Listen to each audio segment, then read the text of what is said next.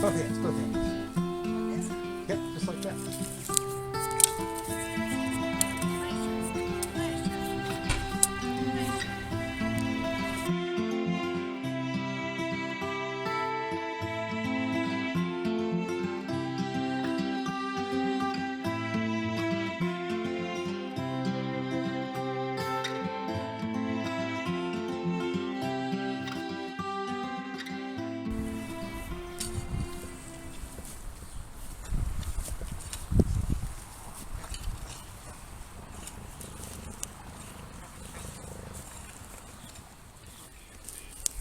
Hey Jason, why do through hikers put thyme into their first aid kits? Uh, Why? Because thyme fixes everything. Well, hello there, good people. Hi, it's Jason with greencountryagroforest here, and today I'm going to show you an old Indian trick. This is a bottle gourd, and it's been prepared in a special way to keep rodents out of it and store some of our seed corn. This is not the usual seed corn, though. This is the secret.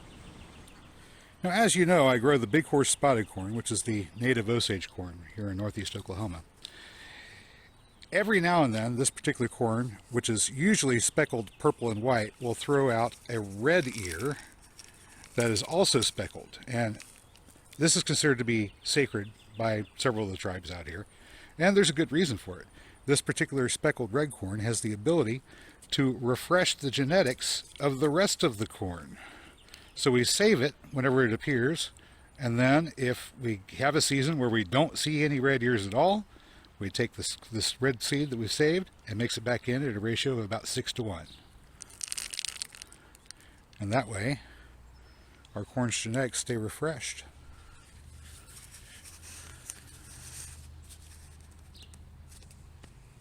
I lost the top. And here we have our seed corn already mixed up. Let's bring this in close for you to have a good look at it. You can see the red kernels are already in there mixed up with the speckled white and purple kernels. Interesting side note about this red corn, whenever it dries, it stays sweet. So it's a flour corn, hard like a flint corn, but after it's dried, it retains its sweetness, which is a bit unusual. Like I said, considered to be sacred, also considered to be cursed, depending upon who you talk to. So here we are, doing our planting. I've got my seed corn right here. And I can measure between my thumb and my pinky to kind of get an idea where I want to space my seeds. This is about 9 inches, not 12 inches, but our rows are about a foot apart. So a long time ago, in the Four Corners region of what is now Arizona, there was a people that lived there that grew corn. They grew beans and squash and other things, the usual agricultural staples. Another red one. And of course, they traded that corn with their neighbors. They were able to build a thriving civilization on trade. Roads stretching for hundreds of miles leading back to where they had their settlements. Ooh, pure white here. Oh, pure white corn. And they became quite prosperous. But these people bred the red corn, trying to isolate that good sweet when dry genetics. And they were successful. They were so successful, they attracted some unwanted attention. Cannibals came up from the south, drawn by that pretty red corn that just seemed to be a sign from the gods. And they arrived, and they killed, cooked, and ate the people that were living in those pueblos. That one's dinky. There we go.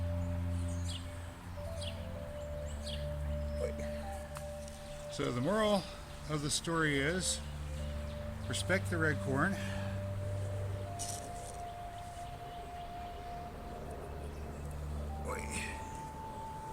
And don't be greedy. Otherwise, the blood gods are likely to come and destroy your civilization. So, when we're talking about blood gods, I'm talking specifically about people that came from Aztec-controlled regions. There we go. And I don't think that these were the entire Aztec nation. Probably a splinter group, misfits that broke away, set out on their own. And I don't think they stayed in the Four Corners region either. So these aren't the ancestors of the Navajo. Obviously, they're not the ancestors of the Hopi. Hopi have entirely different traditions. Oy.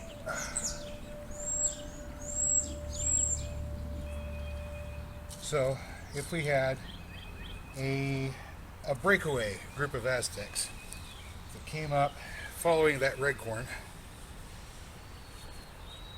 engaged in a little ritualistic human sacrifice and cannibalism at the pueblos, survivors from those attacks would have relocated to more secure locations, and they wound up eventually building dwellings on the sides of cliffs for defense.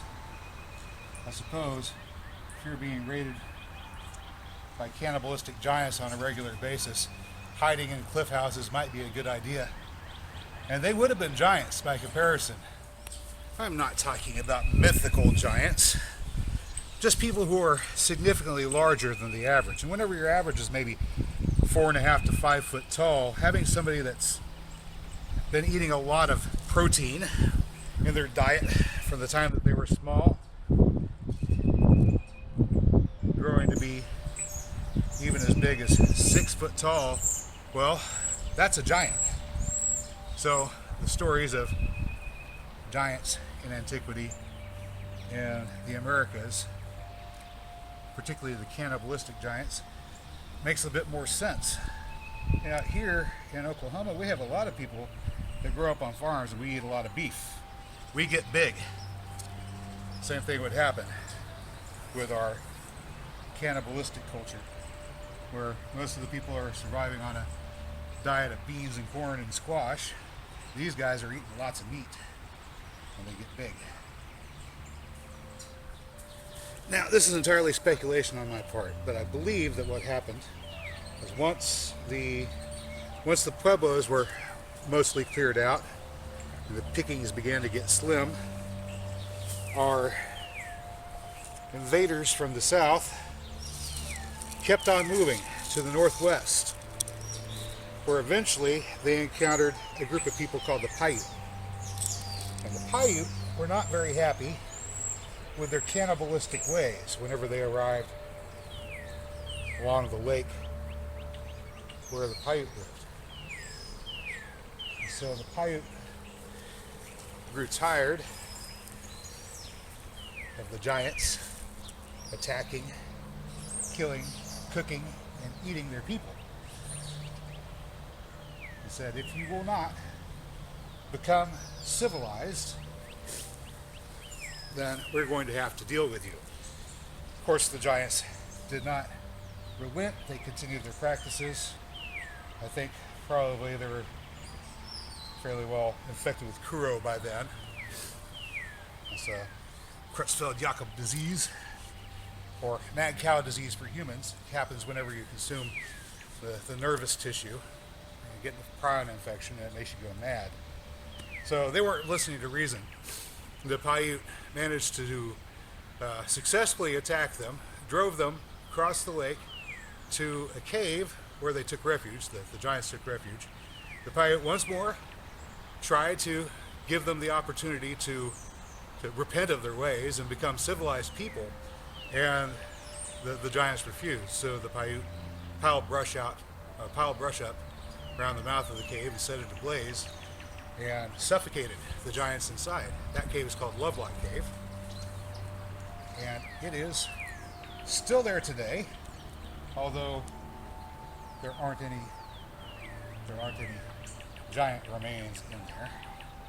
Stories were that there were some rather large skeletons in there, maybe not what we would think of as literal giants, but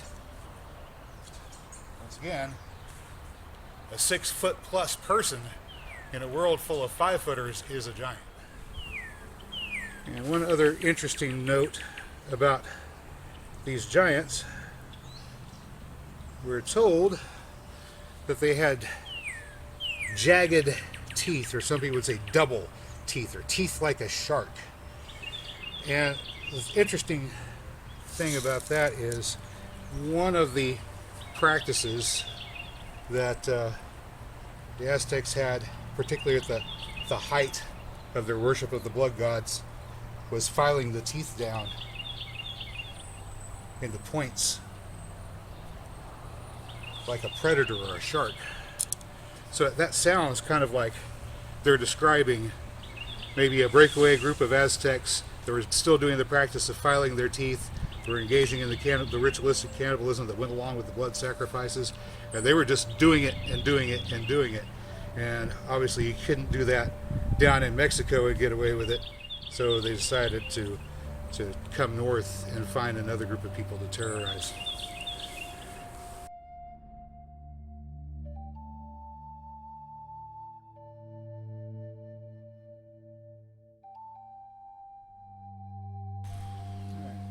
So I've got some peas here that we're going to companion plant along with the corn. They'll go ahead and grow up the corn stalks as the corn grows. Whenever the corn gets to be about yay high or so, can you see that? About that high, the ducks won't be able to knock it down, and the ducks will come along. They'll eat the leaves off of the peas, but they'll leave the vines. They might eat some of the peas too. But that's okay, because the ducks are there in the corn to weed and to fertilize and to hunt for grasshoppers and stuff like that. So if they get to eat some peas, well, that's just a little treat for them. So here we go. Now I grow some more of these in another location where the ducks can't get to them for my seed for next year. If I actually get some that I can harvest out of this area, that's just a bonus. Mainly, these are just here to help enrich the soil and to give the ducks a treat.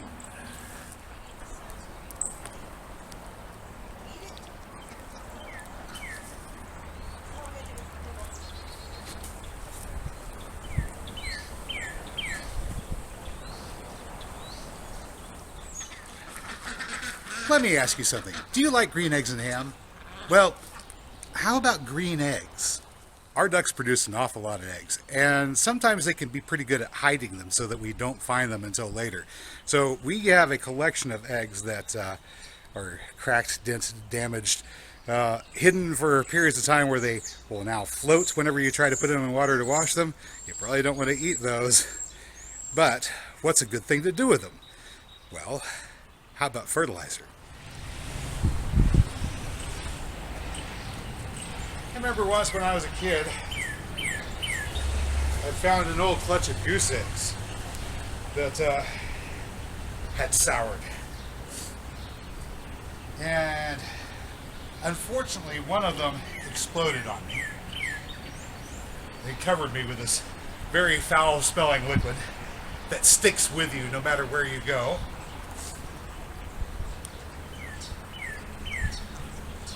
And I, being a young person and not having a lot of experience in these matters, decided that I was going to take some cheap aftershave and cover up the smell with the cheap aftershave. What I discovered was this makes the smell 10 times worse. The nice thing about burying an egg like this is it's not going to just explode.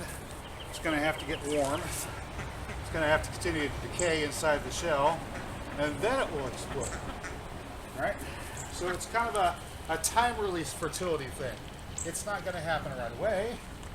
The corn's going to get up, get started, be growing, and then poof, nearby there's going to be a swarm of microbes and worms and other biological activity that will spur growth. What I'm going to do is bury an egg or two. Now notice that all of this work is being done with very simple hand tools, shovel, fork, and rake.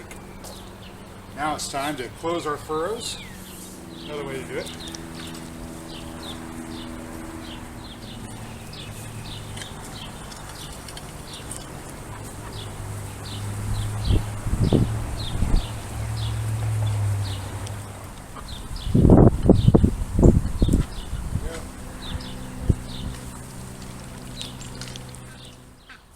Okay, we now have our corn planted. We've got some peas interplanted with the corn as a vine crop to grow up those corn stalks, and we're going to throw down a little bit of extra ground cover in the form of some Dutch white clover here. This is a salt shaker. Well, actually, it used to hold cumin, but look at those holes. Those are just the right size for dispensing tiny little fiddly seeds like clover seed.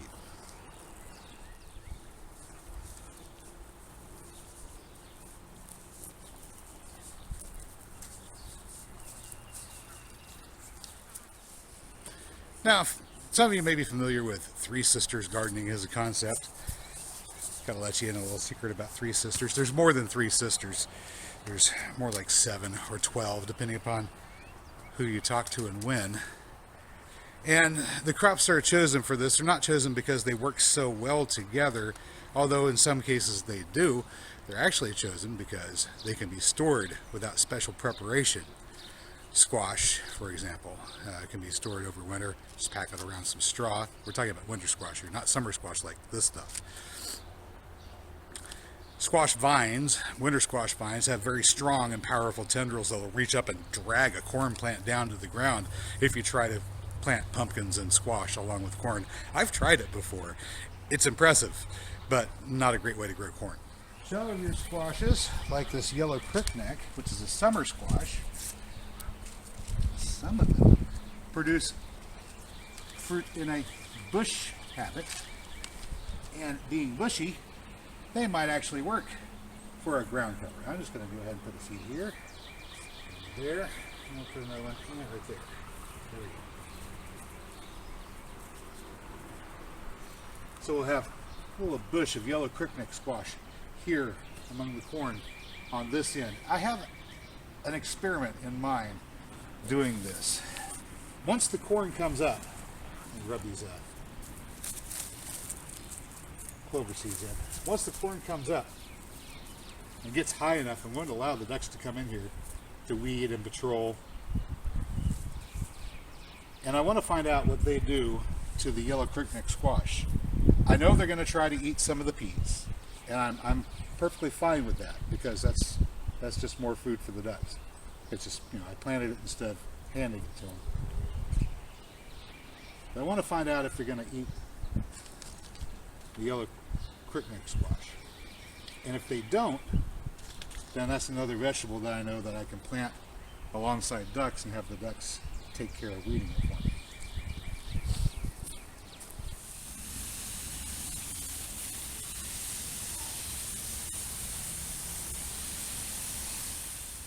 Over the next 3 days, our seeds are going to start to germinate, and I'll need to come out and apply a little bit of water every morning, maybe every evening, to make sure that the ground stays nice and moist there where the seeds are trying to start. But once they've gotten started and they send their roots down, they're going to find the water that we've got banked in our walkways on either side of our garden area. And here we are, just 3 days later. You can see little tiny clovers starting to come up here. There's a corn shoot right there. Corn's starting to come up. There's one there. Ooh, I just see more. Do we see more? Yeah, there's one over there coming up. There. What's this? This looks like a sunflower has germinated here. A bird flying overhead dropped a sunflower. That's a morning glory seed. I don't want those strangling my corn. Some clover that's a little further along right there. All right, that's the progress from the corn patch. That's all I've got for you today, good people. As always, if you found the video informative or entertaining, you know what to do. I'll catch you next time. But until then, get out there and get growing.